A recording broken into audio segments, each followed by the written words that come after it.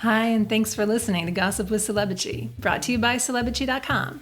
This week is dedicated to the advance excerpts from Finding Freedom, the upcoming book about the Sussexes. Our user feedback asks us to come up with random celebrities we'd like to see together, and we end with our weekly feature, the comments of the week. The stories and tweets we talk about can be found at Celebrity.com/podcast under episode 61. Ooh, all right.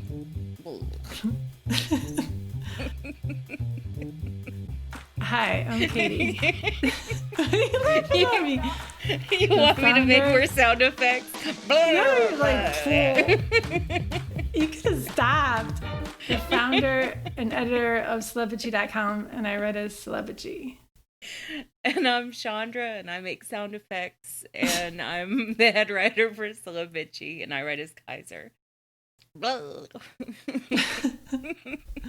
Before we came on, we were just talking about how boring our lives are and how we have to do more interesting stuff so that we'd have stories to tell. Well, I mean, I'm fine with being boring right now. Yeah. Well, here's something. I'm going to see my mom in person for the first time in like 4 months. That's wonderful. They're letting you guys? That's amazing. Yeah, we have to like keep very socially distanced or whatever, but I will get to see her. That's wonderful. How are they arranging that? Do you meet them outside or? I think I have to sit outside and she sits inside and we talk through a window. Oh, okay. That's not bad. Aw. I haven't seen my parents since Christmas time, and it's been the longest I've gone without seeing them in years. But I use that Alexa, and I shouldn't say the name because it'll activate everybody's devices. I talked to her on the Amazon device, so that's nice. My big thing this week was I got a crack at my windshield, and the windshield repair people came, and they were really good. So there's no story about that. Except... Do you remember that Saturday Night Live skit where the guy who comes to fix the windshield is like a creep and he's trying to hit on the young teenage girl? No, but that easily could have gone that way, even though I'm not young and cute or whatever. It could have gone that way. It's what I think about whenever I see those windshield commercials. I'm like, oh, that SNL skit was a deep hit. Yeah. Oh, I remember that. Yeah. They apologized for that, I think. Oh, did they? I don't remember that. I thought they did. But they were super professional, and the guy even wore a mask outside. I couldn't ask for anything better. It cost me like my $100 deductible. It wasn't bad. That was my exciting thing this week. Yeah, I don't even have that. That's not even exciting. I mean, I don't have anything like that. You said you've been watching Castle? Yeah, I've been watching Castle. I mean, and that's just like my comfort show. I've just been watching or rewatching all my comfort shows. I'm probably going to do The Closer after I finish Castle. But you love that show. Yeah, I love The Closer. But I'm not feeling super into like really dramatic cop shows right now, obviously, because fuck the police. Yeah. We got to save that for the end. Yeah. I might watch something else. Even though Castle is a cop show, it's not really. I don't know. It's like a buddy show. Yeah. I don't know enough about it. I've been watching Hannah on Amazon. I watched the first season, and the second season's out now, and it's fabulous. It's like, got the hot guy from, I forget his name, Joel Kinnaman, isn't it? It's from Kinnaman, I think. Joel Kinnaman. Yeah, you're right. He's from that. He was from that stupid AMC, The Killing. He's from hated The Killing. That show. I hated it. It's got the woman from The Killing in it, too. He's also on Altered Carbon on Netflix, the first season. He's so freaking hot. You know he's Swedish. Oh. Did you know that? No, I like Swedish guys. Yeah. But, yeah, like he does a perfect American accent. I think a lot of Swedes do perfect American accents. Yeah, that's purely based on the Skarsgårds. But... Have we ever talked about how much I fucking hated The Killing? I stopped watching it after the first season because the police work was so bad. And, I mean, the acting was fine. It's got the lead woman from The Killing in it, too. She kind of bugs. Muriel Linos. I think that's how you say her name. I probably fucked that up completely. I don't know her name at all, but I think her first name is definitely Muriel, but I don't know how to pronounce her last name. I think it's Enos or Enos. Welcome, Mireille Enos. Yeah, she's in it, but I don't really like her that much, but you're supposed to not like her, so. So she plays like the quote-unquote Cate Blanchett role from the movie. I didn't even see the movie, but yeah, she's the foil. Yeah. Whatever. The movie's really good, and Saoirse Ronan is Hannah in that one. Yeah, I liked it. I'm glad I found something to watch.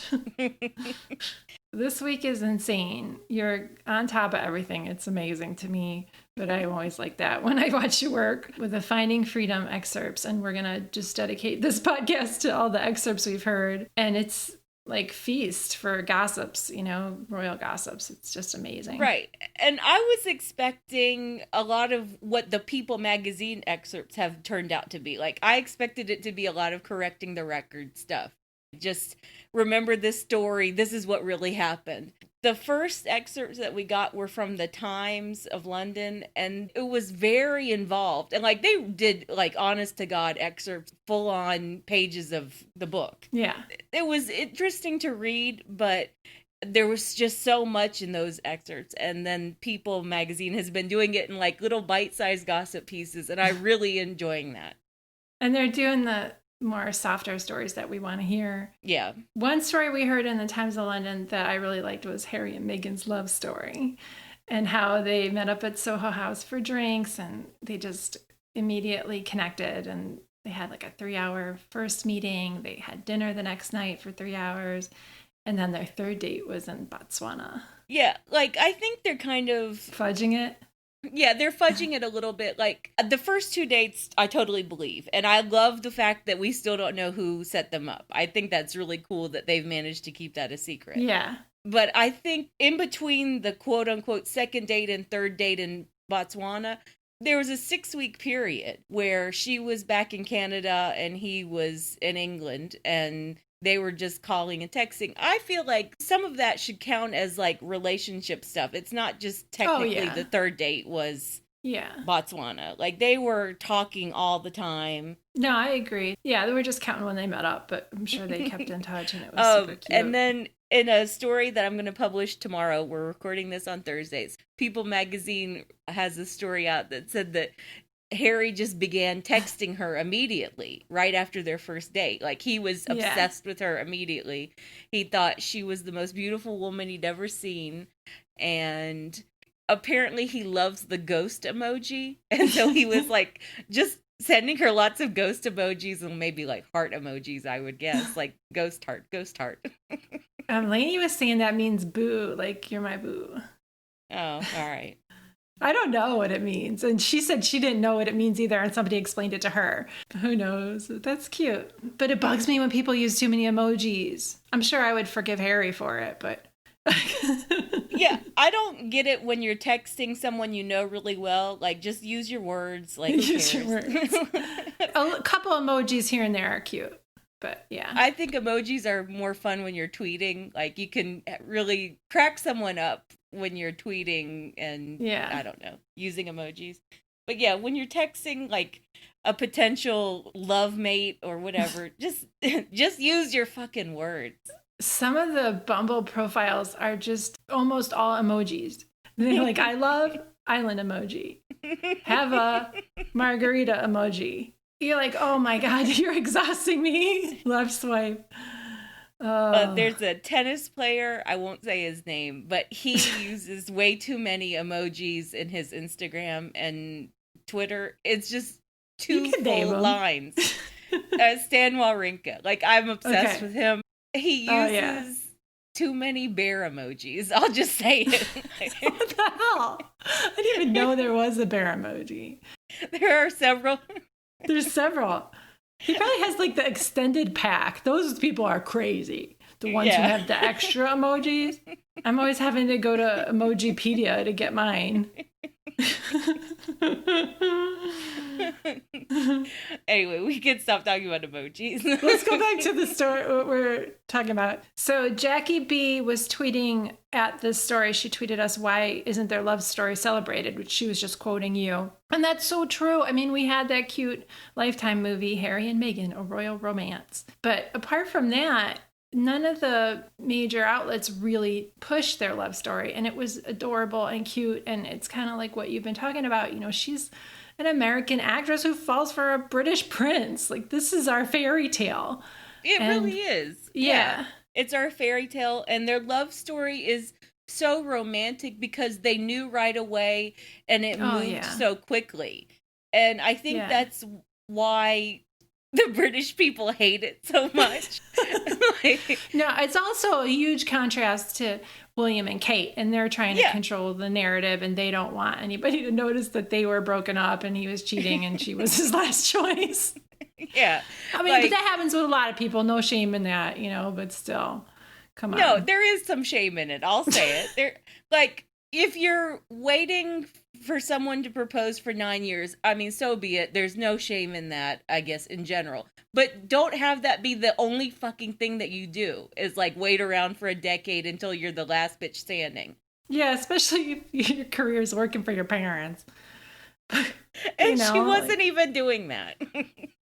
This whole idea that Meghan and Harry moved so fast so that, quote unquote, no one got to vet her. That's the argument that British journalists make against her. Oh, if only we had known more about... Like, they did their fucking research on Meghan very early. They found, like, every tiny little thing about her. There wasn't much. Sorry, go ahead. Yeah. I mean, the worst thing that you can say is that she had a starter marriage. Oh, she's an American. Oh, she's biracial. Oh, okay. Well, and then what? And then, like, that was There was no cheating like Beatrice and Ito. Oh, God. I mean, if the British press treated Beatrice and Ito like they've treated Meghan and Harry, we would know so much more about the shadiness with Ito's, his ex-lover, ex-fiance, baby mama.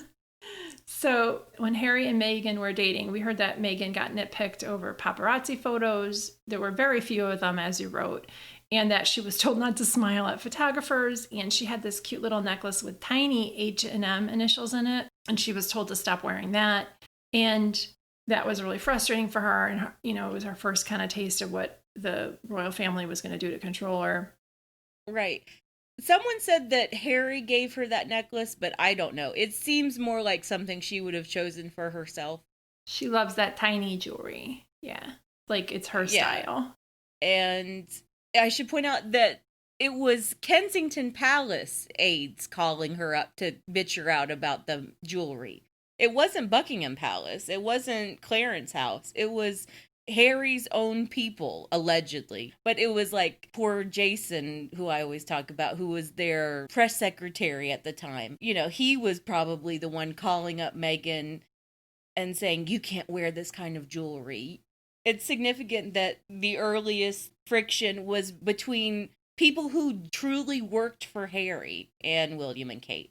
But, like, they were his aides, and they were calling her up to bitch her out. Yeah, because they really didn't work for Harry, only when Harry was aligned with the other two. So we also heard that their engagement was fudged. They probably got engaged over the late summer of 2017. That was right before the Invictus Games. And she was wearing a shirt that was called the husband shirt. So people were saying she was telegraphing their engagement. But Finding Freedom said they were engaged right before that, right?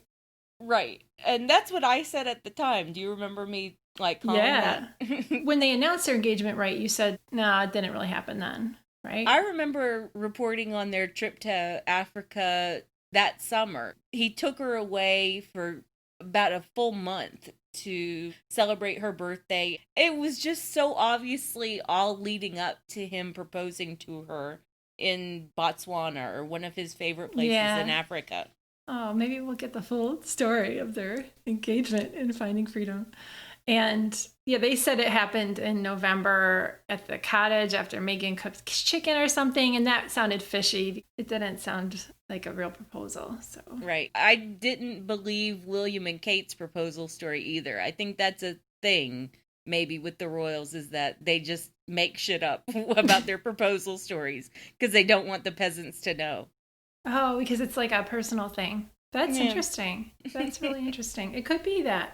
It could be. Who knows? Yeah. So we heard that the courtiers were trying to keep Harry and Meghan's popularity from exploding, which nobody could do because everybody loved them, and that Harry felt unprotected by his family, and he didn't trust the courtiers, of course not, because they were leaking negative stories about Meghan, and they were supposed to kind of keep their own ambition and their own charity work under wraps because William and Charles had to shine. You know, Charles does a lot, but William doesn't. So yeah, like I think that for Charles, it probably brought up some old shit, you know, with Diana that he always had. That Diana outshone him, that she was so dynamic. And like Harry is very dynamic as well. Yeah. He's more his mother's son than William, completely.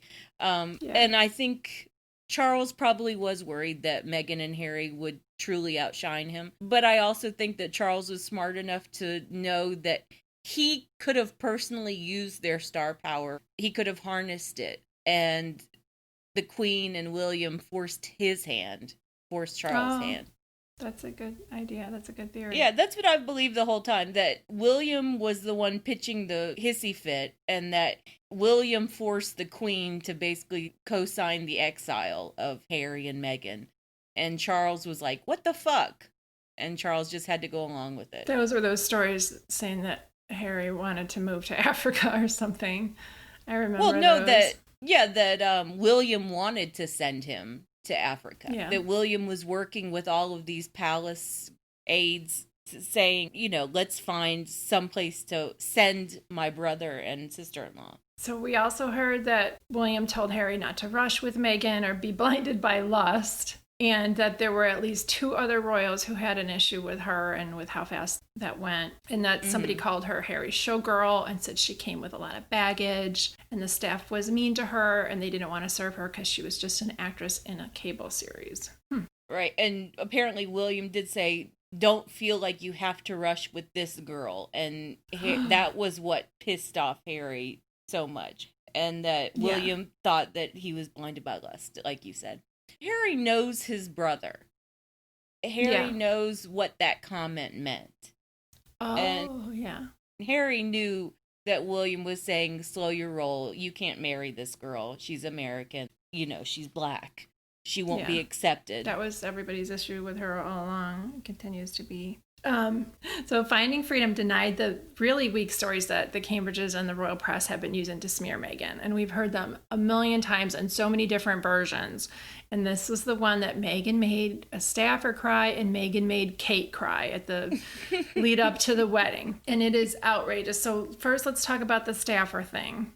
Well, it was always so bizarre because the circumstances kept changing. Oh, yeah. Which staffer did Meghan make cry? Whether or not the staffer worked specifically for Kate. What did Meghan say that made this poor staffer cry? No one ever fucking knew. And that's because it was all utter horseshit. It's the same with the tights story, which we'll get to too. You're right. It's vague. They change it. The details change. And there's no concrete information about what happened for either instance. Right. Because the point is always just that Meghan is mean. That Meghan made someone cry. That's the whole thing that they're just trying to say. And they never give any context because it's not important. It's just a fiction that they're using to make Meghan look horrible. So in Finding Freedom, it said that the staffer was rumored to be the Deputy Communications Secretary, Katerina McKeever, who had left the palace after 5 years to explore new opportunities. Even Kensington Palace didn't understand the bizarre story. And they said that she left on good terms, and they gave her a letter and flowers when she left. Because flowers make everything better. We'll get to that in a minute. And the other story is that Meghan made Kate cry by not letting Kate have her own way at Meghan's wedding. So this was at the bridesmaids fitting, and we've heard before that it was over whether the little girls would wear tights. And in Finding Freedom, they said everyone acted professionally at the bridesmaids fitting and that there was no fitting that left the Duchess of Cambridge in tears. Okay, fine, let it go, right? Yeah. But Kate's people insisted it really did happen. So the Daily Telegraph reported that 2 sources said the Duchess of Cambridge was crying after a dress fitting with Charlotte. Oh my gosh. After a dress fitting. They couldn't say that that she was crying in the fitting. That's what Finding Freedom says. Kate didn't cry in the fitting. And then the sources are like, no, she did cry. It was after the fitting. So she cried, whatever, and never told Megan, and then leaked it to the press. Like, how fucking passive aggressive is that? And whatever. Like, you can't just move on from that. We still don't know what made Kate cry these poor salty white tears. What did Megan do at the fitting for her bridesmaid's dresses? What did Megan do that Kate was so upset that she was sobbing afterwards? Megan was like, the little girls don't have to wear tights. But that's just one story, because they haven't told that again, and they've changed it. It's just idiotic, yeah. It's so much crap. So Cambridge is denied being unwelcoming to Megan with different stories. This is in different articles, claiming that Kate hand-delivered flowers to Megan, invited her to their home, and personally made her vegan food. Megan is not vegan. And does Kate even cook? No. Well, Kate cooks, but everyone kind of disagrees about her ability to cook real things, like real dishes. Yeah. I think she's more of like a baker. She's a casual baker. A casual baker. But yeah, the vegan food was just, that's a stupid thing. Katie Nichol was the one who said that Kate hand-delivered flowers to Megan, and the way Nichol sort of prefaced it, it happened probably late last year, like late 2019. So it was after like a year's worth of smear campaigns. So yeah, of course Megan was like, bitch, your flowers are too little too late. Who gives a shit? Oh, okay. So that makes sense, the timeline.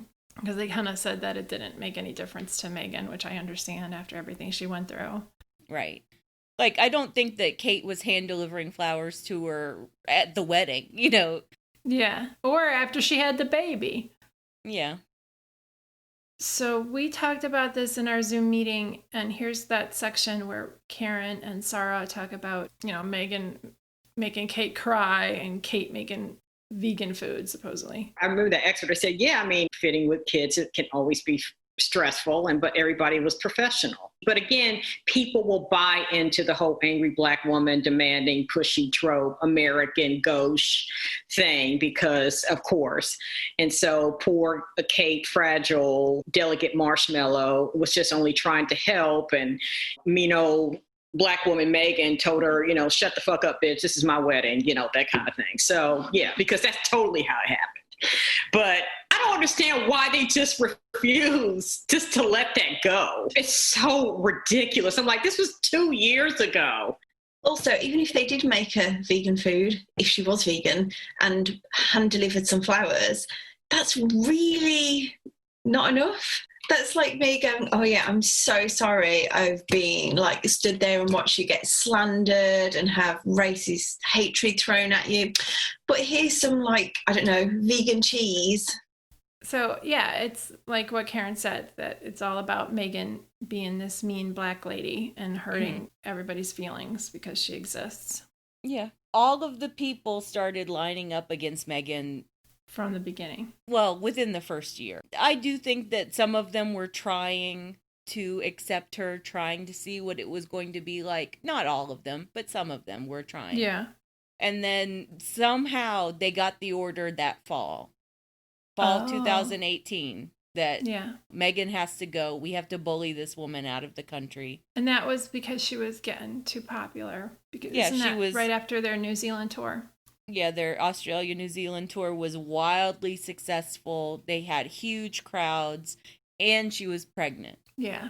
So we also heard the story about Megan getting access to the tiara before her wedding was really a conflict between Angela Kelly, who was the Queen's long-term dresser, and Prince Harry, who was probably speaking up on Meghan's behalf. He thought Kelly was delaying the access that Megan could get to the tiara for her hair fitting before the wedding.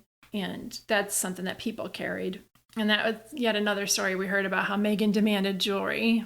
Yeah, which is asinine. I mean, she just got there. She wouldn't march into the Buckingham Palace and say, I want this tiara, goddammit. She's not that person. And anyone who believed that she was that person needs their head examined. I know it. Of course, she probably wanted access to whatever tiara they selected for her.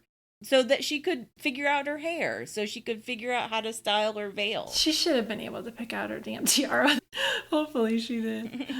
And then we got all these stories how the courtiers don't believe that the Sussexes are coming back to the royal family after their 1-year review. Of course, they're not coming back.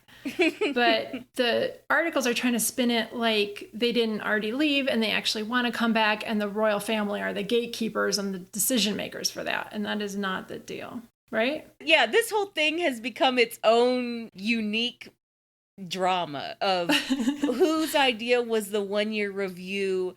Did Harry know in January, February that he was never coming back? All right, here's my take on the whole thing, the 1-year review. Okay.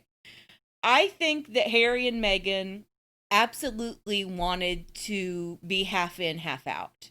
I think that was their ideal of how they could live from here on out. And so that's what they asked for at the start. That's what they asked for in January. Yeah. And then when they saw the reaction to that, and when the palace people were freaking the fuck out, they're like, you know what? We'll just leave. We're just leaving and we're never fucking coming back. Yeah. And that's what I think that whole 1-year review thing was. That was the Queen and Charles, specifically Charles, saying, you might change your mind. And Harry's like, nope, I'm not changing my mind. They're like, no, but you might. So here's a 1-year review. We'll revisit this when you're not so quote unquote emotional. Yeah. That's what I think happened. And so it was Charles and the Queen saying that, and to make it look like Harry just needed to calm down and that maybe Harry would leave Meghan and his baby and come back to them. But yeah, Harry's not coming back. And someone on Twitter reminded me of the fact that Harry is a Virgo, and I'm a Virgo as well. We cut people off. When we are fucking done, we are fucking done. We will cut someone off. We will never speak to them again. We are champion grudge holders, too. I know that's why Harry looks that upset on Commonwealth Day. Like, he looked like he was ready to punch someone. Because I have felt that rage before, that Virgo rage of just being so over everyone around me. Yeah. I want to get the fuck out of here and I never want to see any of these motherfuckers again. That's what that was. Yeah, and plus they were just so freaking terrible to them. And there were a lot of stories in Finding Freedom about Commonwealth Day specifically. A lot of that is just video assumption, but you could really see how everybody was snubbing them and how pissed off Harry was looking and how serene and trying to hold it together Meghan was. Well, I mean, she wasn't trying to hold it together. She held it together beautifully. She was holding it together, yes. She was blissed out because in her mind, she was thinking, I never have to see any of these assholes again. I've been there. She was just chilled out, listening to music. She was like, Oh yeah, the music was playing. All right, so here's the segment from our Zoom meeting where we talk about this 1-year review. And people kind of agree with you. They said that they were going to move forward in a limited role. And that after that, they kind of just said, bye, see ya. So this is Zakiya, Amira, Sarah, and Tanisha. First, the 1-year review was that they were going to set up how they were going to go forward in a limited role, right? And they would review their patronages. But then now it's kind of morphed into the 1-year review is if we'll allow them to come back. So it seems like it has changed from the original 1-year review of, okay, well, their role, there'll be minor royals, there'll be part-time involved, and we'll review more strategic things. And now it's like, well, the 1-year review is whether we'll let you come back, which I don't think they will ever come back. 1-year review thing was a joke to begin with. I feel like it was crafted for the Queen to save face, for Charles to save face. If you look at what happened, they stripped him of titles. They stripped him of patronages. Like, what's he coming back to for a 1-year review? What's to review? You basically told him, get the fuck out. We're taking all your stuff. And he was like, okay, peace. He's gone. Like, I think it's just now they want to spin it because the book is out. And now they want to make it, again, it's all about, penalizing them and penalizing Harry for leaving. How dare he leave? You can't have a 1-year review if you've also had a global pandemic in the middle, because you can't be judged by that. So you need to tap that on at the end. You can't have a performance review. It's not a normal time. It also came out, I guess, yesterday that Harry didn't even want the 1-year review to begin with. So that's the other thing. And I actually think, especially after they liquidated everything, it was like, okay, give me my part of my money. I'm going to put it in this foundation. I actually think that Harry and Meghan was letting it be known, especially when they didn't bring Archie back into the country, we ain't coming back. And so now what I think they're trying to do, they're spinning it to, if we will allow you to come back, to, again, save face.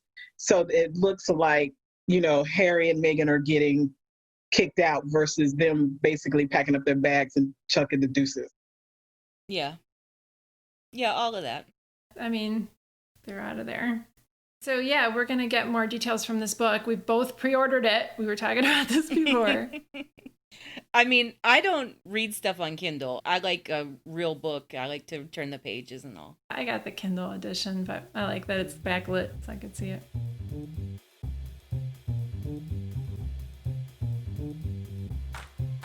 All right, so let's move on to the user feedback. Mary left us a nice voicemail. I invited her to our Zoom meeting, and if you want to get an invite to that, just email me, info@celebrity.com.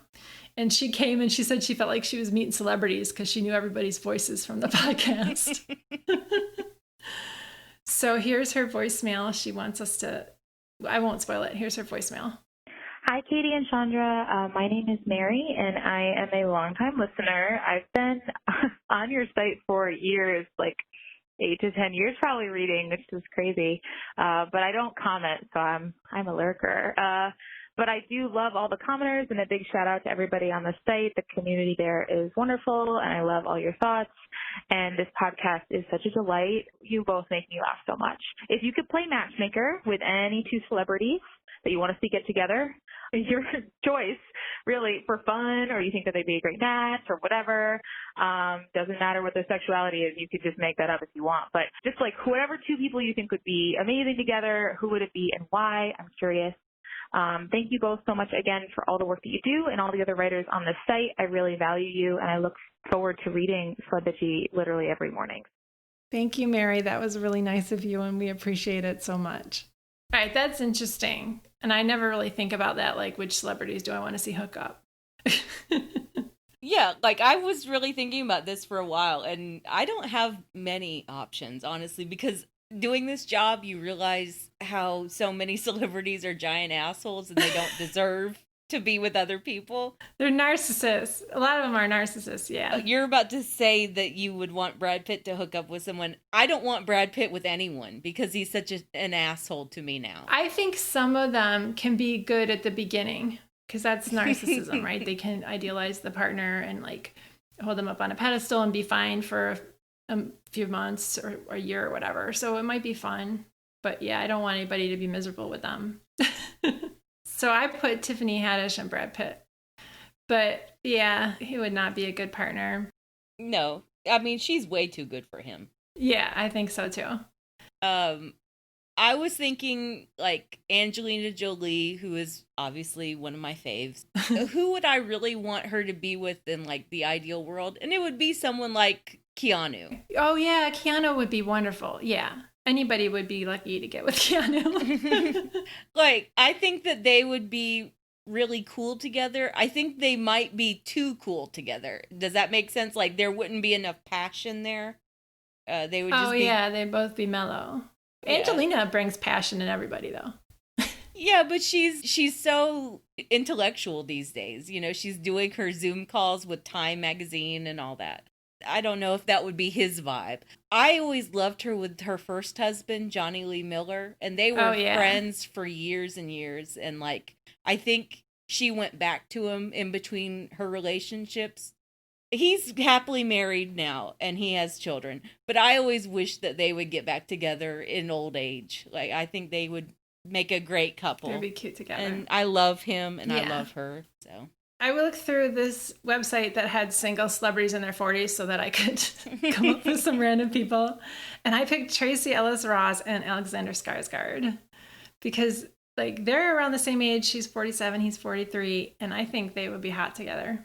I don't know if they're each other's type or whatever, but I think they would be hot. I would love to see. I don't see that because I just feel like I have a better grasp of his type and he likes thin blonde. Well, he was with what's her face and she's so bland. What's her name? That's the thing. We can't even remember her name. Kate Bosworth. She's so bland. Yeah. So, but he would be lucky to get with Tracy Ellis Ross. That's all I'm saying. She's fabulous. Yeah, she's amazing, but I wouldn't want them together. I want him with someone like Charlize. Ooh, Charlize Theron and Alexander Skarsgård. I think they did date years ago, but it was nothing serious. They'd be so pretty together. I want to see them fight and then have sex. And I was writing in our document that we look at, I can't believe that Robert Pattinson is with Suki Waterhouse. Plus, remember when he gave that interview where he put sugar on microwave pasta? He's insane. He's a slob, too. There's nothing that turns me off a guy worse than being a total slob. And that's But he's so British and charming. And I think... No. Yeah, he is very charming. I read a lot of his interviews just for the charm. He's very sweet. There's a sweetness to him. I'm fine with him and Suki. I think they're okay. Like, she's kind of bland, but he likes that, maybe. He's been with the drama. He's been with Kristen Stewart. He's been with Twigs. Yeah. Let him have, this little milquetoast model girl. Maybe she's interesting. She seems kind of boho fun. I don't know her at all. She was with Bradley Cooper. Like, remember that when she was reading Lolita? She's a budget version of Sienna Miller circa 2005. That's what she is. God, Sienna Miller used to be fun. She used to be so crazy.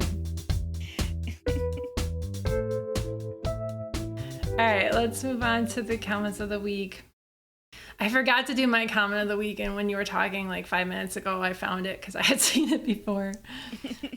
So my comment of the week is from K-Cat on the post about the 40 people catching coronavirus at some stupid revival in Alabama, and the pastor was like, yeah, we do it again. Wow. So K-Cat wrote, can they have the revival in the Oval Office next? Which is pretty much what they've been doing since they're all spreading it to each other. Oh, all right. My comment of the week is from that asinine post about Armie Hammer. To his credit, ? He deleted it. Yeah. But he tweeted some bullshit about that Biden and Trump are two sides of the same coin and that there should be another American revolution. It was very Susan Sarandon. Yes. Privilege. Yeah, Grabby Hands wrote, this Malibu Ken looking jackass and every other super privileged mofo on the planet needs to get off Twitter and stop asking for a revolution they are never going to bleed for.